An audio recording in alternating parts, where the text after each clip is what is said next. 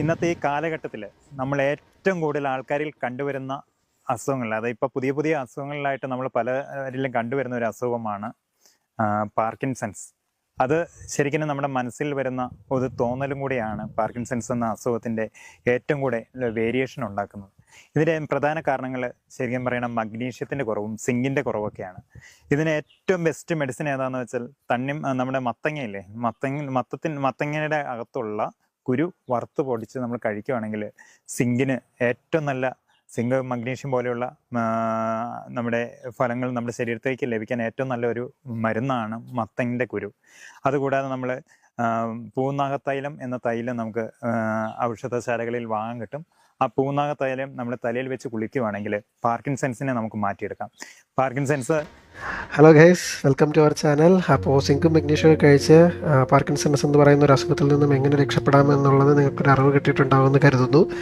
അപ്പോൾ welcome to our channel, welcome to the world of reality.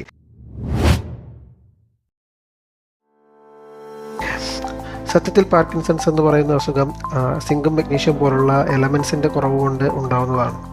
അല്ല, ഒരിക്കലുമല്ല.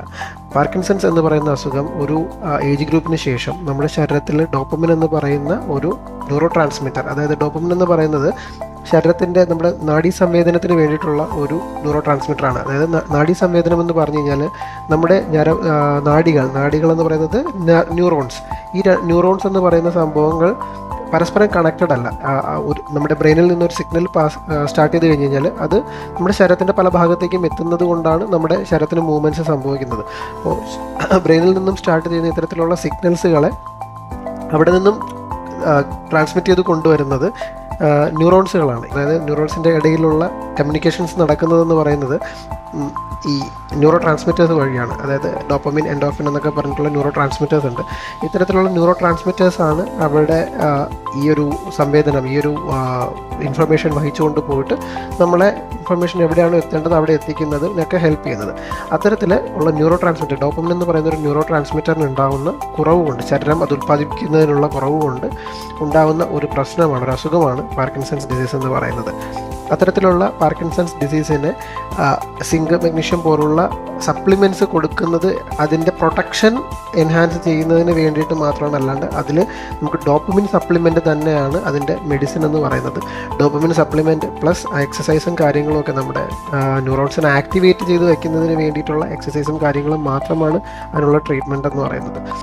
ഒരു മെഡിക്കൽ കോമ്പിനേഷനാണ് കൊടുക്കുന്നത്, മെഡിസിൻ കോമ്പിനേഷനാണ് കൊടുക്കുന്നത്. കാരണം ബ്ലഡ് ബ്രെയിൻ ബാരിയർ എന്ന് പറഞ്ഞിട്ടൊരു ബാരിയറിനെ കടന്നിട്ട് വേണം ഈ മെഡിസിന് ബ്രെയിനിലേക്ക് ആക്ട് ചെയ്യാനായിട്ട്. അപ്പം അതിൽ കൂടെ പാസ് ചെയ്ത് പോകാൻ വേണ്ടിയിട്ട് കൂടിയുള്ള ഒരു മെഡിസിൻ കോംബോ എന്ന ഡോപ്പമിൻ്റെ ഒരു കോമ്പിനേഷൻ മെഡിസിൻസ് ആണ് അതിന് നമ്മൾ നോർമലി പ്രൊവൈഡ് ചെയ്യുന്നത്. ആ മെഡിസിൻ പ്രൊവൈഡ് ചെയ്യുന്നതിൻ്റെ കൂട്ടത്തിൽ നമ്മൾ എക്സസൈസുകൾ പറയാറുണ്ട്, എക്സസൈസുകൾ ചെയ്യിപ്പിക്കാറുണ്ട് പേഷ്യൻസിനെ കൊണ്ട്. അത് ഒന്നാമത്തെ കാര്യം മസിൽസിൻ്റെ സ്ട്രെങ്ത് കുറഞ്ഞു പോകാണ്ടിരിക്കാൻ. രണ്ടാമത്തെ കാര്യം എന്ന് പറയുന്നത് മസിൽസിൻ്റെ ആ ഒരു ഫീഡ്ബാക്ക് കൊടുക്കാൻ വേണ്ടിയിട്ട്, ന്യൂറോൺസിനുള്ള ഫീഡ്ബാക്ക് കൊടുക്കാൻ വേണ്ടിയിട്ട്. വൺസ് നമുക്ക് ഇങ്ങനൊരു കൺട്രോൾഡ്, നമ്മുടെ ബോഡി തന്നെ പ്രൊഡക്ഷൻ കുറയ്ക്കുന്നൊരു സംഭവമാണ്. ലൈക്ക് നമുക്ക് ഷുഗറൊക്കെ വരുന്ന പോലെ ഇൻസുലിൻ നമ്മൾ ലൈഫ് ലോങ് നമ്മൾ എടുക്കേണ്ടി വരും. കാരണം നമ്മുടെ ബോഡി ഇൻസുലിൻ്റെ പ്രൊഡക്ഷൻ കുറയ്ക്കുന്നത് കൊണ്ടാണ് നമ്മൾ ഇൻസുലിൻ ഒരു സപ്ലിമെൻ്റ് ആയിട്ട് കൊടുക്കുന്നത്. അതേപോലെ തന്നെ ശരീരം അത് പ്രൊഡ്യൂസ് ചെയ്യുന്നത് കുറച്ച് കഴിഞ്ഞാൽ നമുക്കത് എക്സ്റ്റേണലി നമ്മൾ എടുക്കേണ്ടി തന്നെ വരും. അപ്പോൾ അത്തരത്തിൽ അതിനെ നമ്മൾ അതിൻ്റെ റെഗുലർ രീതിയിൽ ഐഡൻറ്റിഫൈ ചെയ്യുക, അസുഖം അത് തന്നെയാണെന്ന് കൺഫേം ചെയ്യുക. അതിനുശേഷം നമ്മൾ അതിന് വേണ്ടിയിട്ടുള്ള ട്രീറ്റ്മെൻറ്റുകൾ ചെയ്യുക. നമുക്ക് എന്താ ചെയ്യാൻ കഴിയുക എന്ന് പറഞ്ഞു കഴിഞ്ഞാൽ നമ്മുടെ ലൈഫിൻ്റെ ഫങ്ഷണൽ എക്സ്പെക്റ്റൻസി എന്ന് പറയുന്നത് കൂട്ടാൻ പറ്റും. അതായത് ലൈഫ് എക്സ്പെക്റ്റൻസി അല്ല, ഫങ്ഷണൽ എക്സ്പെക്റ്റൻസി. അതായത് നമുക്കൊരു ശരീരത്തിന് നമ്മൾക്ക് ഫങ്ഷണലായിട്ട് വയ്ക്കാൻ പറ്റുന്ന സമയത്തിന് നമുക്ക് കൂട്ടി വയ്ക്കാൻ പറ്റും. ഇതാണ് ശരിക്കുമുള്ള ഫാക്റ്റ് എന്ന് പറയുന്നത്. അല്ലാണ്ട് ഇതേപോലുള്ള വീഡിയോസിലൊക്കെ പറയുന്ന പോലുള്ള ഫേക്കായിട്ടുള്ള കാര്യങ്ങൾ നിങ്ങൾ ഒന്നുകൂടി റിവൈസ് ചെയ്ത് ഇതേപോലുള്ള മെഡിക്കൽ അഡ്വൈസ് എടുത്തതിന് ശേഷം മാത്രം വിശ്വസിക്കുക. അല്ലാതെ ഇത്തരത്തിലുള്ള കാര്യങ്ങളിൽ ചെന്ന് പെട്ടിട്ട് ശരിക്കുമുള്ള മെഡിസിൻസ് സ്റ്റോപ്പ് ചെയ്തിട്ട് അതിൻ്റെ ഒരു റിവേഴ്സ് എഫക്റ്റിലേക്ക് പോകാണ്ടിരിക്കുക. അപ്പോൾ ഇത്തരത്തിലുള്ള മെഡിക്കൽ നോളജിനായിട്ട് വീണ്ടും ഫോളോ ചെയ്യാം. കാണുന്നത് വരെ